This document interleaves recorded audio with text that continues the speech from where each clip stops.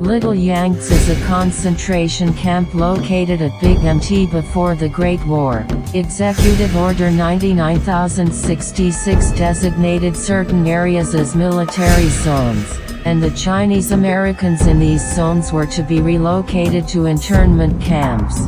However, under the guise of establishing a detention center under the provisions of the executive order, Little Yangtze was set up as little more than a storage area for Big MT test subjects in the form of Chinese citizens. 1. Deemed a human farm by the think tank. 2. On its very first day of operations, the camp was filled with 3 entire trainloads of prisoners, some of who had a very limited grasp of English, which prompted vigorous nightstick assisted explanation from camp guards. 3. The squalor of the camp, as well as abductions of inmates for research purposes and brain extraction, as Big MT was perfecting robo-brain technology at the time, resulted in a constant tension among the prisoners and their guards, as the former was constantly looking for ways to escape the camp, while the latter had to work triple shifts to cover the camp and catch escapees.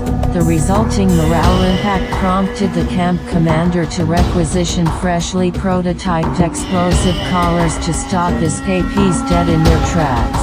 4. 5. After the war, the military abandoned Big MT and left behind the prisoners still locked up in the camp. The radioactive fallout turned the survivors into ghouls, but due to the bomb collars on their necks, leaving the camp remained ill-advised.